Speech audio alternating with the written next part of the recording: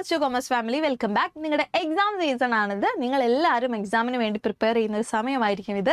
അപ്പോൾ നിങ്ങളുടെ ക്വസ്റ്റ്യൻ പേപ്പറിൽ നിങ്ങൾക്ക് എല്ലാവർക്കും ഇഷ്ടമുള്ള ഒരു പാറ്റേൺ ഓഫ് ക്വസ്റ്റ്യൻ ആണ് പാർട്ട് എ ക്വസ്റ്റ്യൻ, അതായത് 1 വേർഡ് ക്വസ്റ്റ്യൻസ് എന്നുള്ളത്. വളരെ എഫേർട്ട്ലെസ്ലി നിങ്ങൾക്ക് എല്ലാം അറിയാമെങ്കിൽ, ആൻസർ എല്ലാം അറിയാമെങ്കിൽ വളരെ സ്പീഡിൽ എഴുതി കഴിഞ്ഞ് ഫുൾ മാർക്ക് സ്കോർ ചെയ്യാൻ പറ്റുന്ന, അതുപോലെ തന്നെ അവിടെ എന്ത് പോസിബിലിറ്റി കൂടിയുണ്ട്, നിങ്ങൾക്ക് അറിയില്ല എങ്കിൽ വളരെ ഈ സമയം നഷ്ടപ്പെടുത്താൻ കാരണമാകും. നമ്മുടെ ഫ്രണ്ട്സിനോടൊക്കെ 1ന്റെ ആൻസർ എന്താ, 2ന്റെ ആൻസർ എന്താ, 3ന്റെ ആൻസർ എന്താ എന്നൊക്കെ ചോദിച്ച് സമയം നഷ്ടപ്പെടുത്തുന്ന ഒരു ടൈപ്പ് ഓഫ് ക്വസ്റ്റ്യൻ ആണ് 1 വേർഡ് ക്വസ്റ്റ്യൻസ് എന്നുള്ളത്. അപ്പോൾ നിങ്ങളുടെ പ്രീവിയസ് ഇയേഴ്സ് ക്വസ്റ്റ്യൻ പേപ്പറൊക്കെ ഒന്ന് റെഫർ ചെയ്ത് കുറച്ച് ക്വസ്റ്റ്യൻസ് ഒക്കെ ചെയ്ത് നോക്കുകയാണെങ്കിൽ വളരെ ഈസി ആയിട്ട് മാർക്ക് സ്കോർ ചെയ്യാൻ പറ്റുന്ന ടൈപ്പ് ഓഫ് ക്വസ്റ്റ്യൻ ആണ് 1 വേർഡ് ക്വസ്റ്റ്യൻസ്. അങ്ങനെ നിങ്ങളുടെ പ്രീവിയസ് ഇയേഴ്സ് ക്വസ്റ്റ്യൻ പേപ്പറൊക്കെ നോക്കി അതിൽ റിപ്പീറ്റ് ചെയ്ത് വരുന്ന, അതുപോലെ തന്നെ ഇനി വരാൻ ചാൻസ് ഉള്ള കുറച്ച് ക്വസ്റ്റ്യൻസ് ആണ് ഇന്ന് നമ്മൾ ഈ ഒരു വീഡിയോയിലൂടെ ഡിസ്കസ് ചെയ്യാനായിട്ട് പോകുന്നത്. അപ്പോൾ ഫസ്റ്റ് ക്വസ്റ്റ്യൻ നോക്കാം. Who is the father of scientific management? Scientific management father ആയിട്ട് അറിയപ്പെടുന്ന ആൾ ആരാണ്? ഓഫ് കോഴ്സ് FW ടൈലർ ആണ്. ഇതൊന്ന് നോട്ട് ചെയ്ത് വെക്കാം, ഈ ഒരു ക്വസ്റ്റ്യൻ ചോദിക്കാറുണ്ട്. ആൻഡ് നെക്സ്റ്റ് ക്വസ്റ്റ്യൻ എന്താണ്? How many principles of management are given by Henri Fayol in his famous book published in 1970 publish ചെയ്തിട്ടുള്ള ഹെൻറി ഫയോളിന്റെ ബുക്കിൽ എത്ര പ്രിൻസിപ്പിളിനെ പറ്റിയിട്ടാണ് പഠിക്കാനുള്ളത്? നിങ്ങൾക്ക് എല്ലാവർക്കും അറിയാതെ എത്രയാണ്? 14 ആണ് അല്ലേ? ഇനിയിപ്പം പ്രിൻസിപ്പിൾസ് ഒക്കെ മറന്നു പോയാലും എത്ര പ്രിൻസിപ്പിൾസ് ഉണ്ട് എന്നുള്ളത് നമ്മൾ ഒരിക്കലും മറക്കില്ല. ആൻഡ് നെക്സ്റ്റ് ക്വസ്റ്റ്യൻ എന്താ?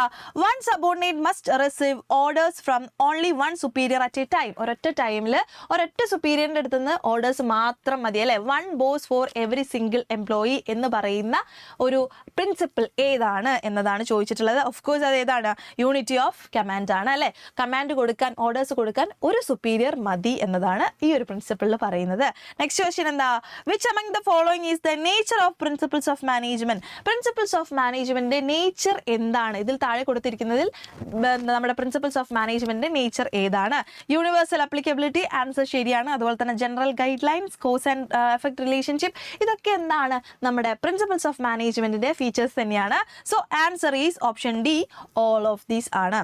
Okay, next question. Identify the management principle which state that manager should replace I with we in all his conversation with workers to foster team spirit foster ചെയ്യാൻ, അതായത് ഞാൻ എന്നുള്ള ചിന്തയേക്കാൾ കൂടുതൽ നമ്മൾ എന്ന ചിന്തയാണ് എന്ത് ചെയ്യേണ്ടത്? ഫോസ്റ്റർ ചെയ്യേണ്ടത് എന്നുള്ള ആ ഒരു കാര്യം പറയുന്ന ആ ഒരു പ്രിൻസിപ്പിൾ ഏതാണ്? എസ്പിരിറ്റ് ഡി കോപ്സ് ആണ്. Okay, next question. Identify the management principle which emphasis on 1 head and 1 plan.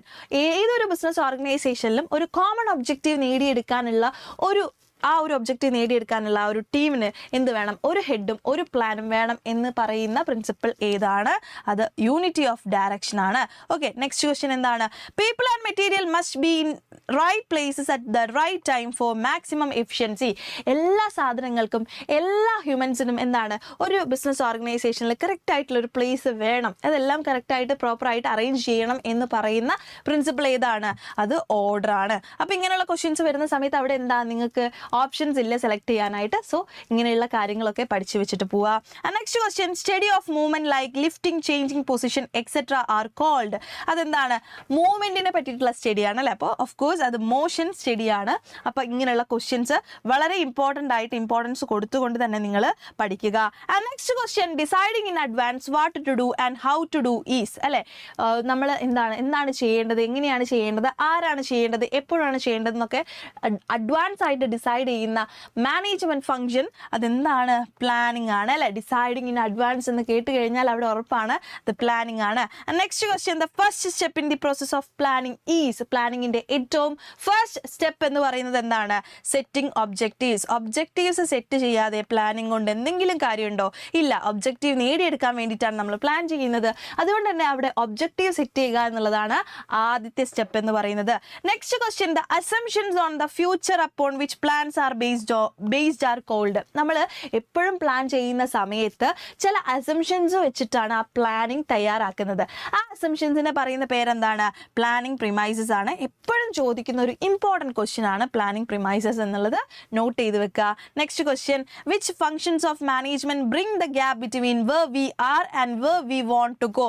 ഇതെല്ലാവർക്കും അറിയാം അല്ലേ? നമ്മൾ എവിടെ നിൽക്കുന്നു, നമുക്ക് എങ്ങോട്ട് പോകണം എന്നുള്ള ഗ്യാപ്പ് ഫില്ല് ചെയ്യുന്ന മാനേജ്മെന്റ് ഫംഗ്ഷൻ ഏതാണ്? ഓഫ് കോഴ്സ് അത് പ്ലാനിങ് ആണ്.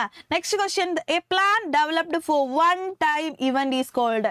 എന്താണ്? ഒരൊറ്റ നേരത്തേക്ക് വേണ്ടിയിട്ടുള്ള ഒരു പ്ലാൻ ആണ്, ഒരു വൺ ടൈം ആണ്, സിംഗിൾ ടൈം ആണ്. സോ സിംഗിൾ യൂസ് പ്ലാൻസിനെയാണ് പറയുന്നത്. ഓക്കെ, നോട്ട് ചെയ്ത് വെക്കുക. And next question, which of the following are internal source of recruitment? Internal source of റിക്രൂട്ട്മെന്റും ഉണ്ട്, എക്സ്റ്റേണൽ സോഴ്സ് ഓഫ് റിക്രൂട്ട്മെന്റും ഉണ്ട്. അപ്പോൾ നമുക്ക് എല്ലാവർക്കും അറിയാം, ഇൻസൈഡ് ദി ഓർഗനൈസേഷൻ നടത്തുന്ന റിക്രൂട്ട്മെന്റ് പ്രോസസ്സിനെയാണ് ഇന്റേണൽ സോഴ്സ് ഓഫ് റിക്രൂട്ട്മെന്റ് എന്ന് പറയുന്നത്. അത് ഏതൊക്കെയാണ്? പ്രൊമോഷനും ട്രാൻസ്ഫറും ആണ്. അപ്പോൾ നമുക്ക് ഓപ്ഷൻസ് ഇവിടെ തന്നിട്ടുണ്ട്. ഏതൊക്കെയാണ്? ബി ആൻഡ് ഡി എന്ന് പറയുന്ന നാലാമത്തെ ഓപ്ഷൻ ആണ് ആൻസർ എന്ന് പറയുന്നത്. അപ്പോൾ ഇങ്ങനെയുള്ള ക്വസ്റ്റ്യൻസ് വരുമ്പോൾ നിങ്ങൾ കൺഫ്യൂസ്ഡ് ആവരുത്. ബി ഡി എന്നൊന്നും എഴുതി വെക്കരുത്. ഇവിടെ താഴെയാണിത് ഇതിൻ്റെ മൾട്ടിപ്പിൾ ചോയ്സസ് എന്ന് പറയുന്നത്. ഇത് ക്വസ്റ്റ്യൻ ആണ് കേട്ടോ. ഇതാണ് ഓപ്ഷൻസ്. അപ്പോൾ എപ്പോഴും ഇതൊന്ന് നോട്ട് ചെയ്ത് വെക്കുക. ഇങ്ങനെയുള്ള തെറ്റുകൾ നിങ്ങൾ വരുത്താറുണ്ട്, അതുകൊണ്ടാണ് മിസ് പറഞ്ഞിട്ടുള്ളത്. Okay, next question, the process of finding possible candidate for A job is, അതായത് നമ്മളൊരു ജോലിയിലേക്ക് വേണ്ടിയിട്ടുള്ള പോസിബിൾ കാൻഡിഡേറ്റ്സിനെ സെർച്ച് ചെയ്യുന്ന പ്രോസസ്സിനെ നമ്മൾ എന്താണ് പറയുന്നത്? ഓഫ് കോഴ്സ് റിക്രൂട്ട്മെന്റ് അല്ലേ? റിക്രൂട്ട്മെന്റ് പ്രോസസ്സിനെയാണ് നമ്മൾ എന്ത് ചെയ്യുന്നത്?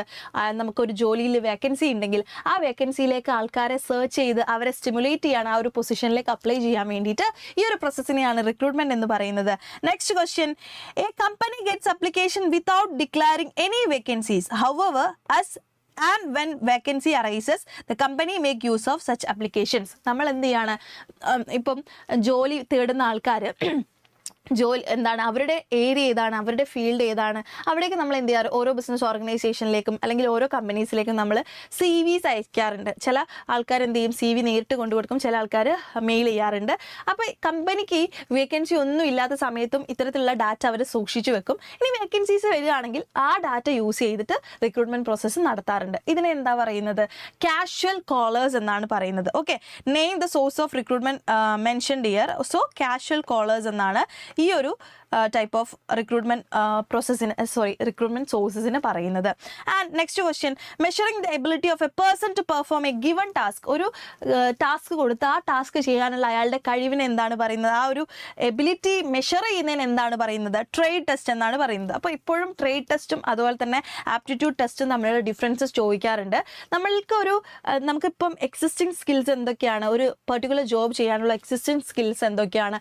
ആ ഒരു എബിലിറ്റി മെഷർ ചെയ്യുന്നതിനെയാണ് ട്രേഡ് ടെസ്റ്റ് എന്ന് പറയുന്നത്. ആപ്റ്റിറ്റ്യൂഡ് ടെസ്റ്റ് എന്ന് പറയുന്നത് പുതിയൊരു സ്കില്ല് നേടാനുള്ള നമ്മുടെ എബിലിറ്റി ചെക്ക് ചെയ്യുന്നതാണ്. ഓക്കെ, അത് തമ്മിൽ ഡിഫറൻസസ് ഉണ്ട്, അത് ചോദിക്കാറുണ്ട് 2 മാർക്കിനൊക്കെ. നോട്ട് ചെയ്ത് വെക്കുക.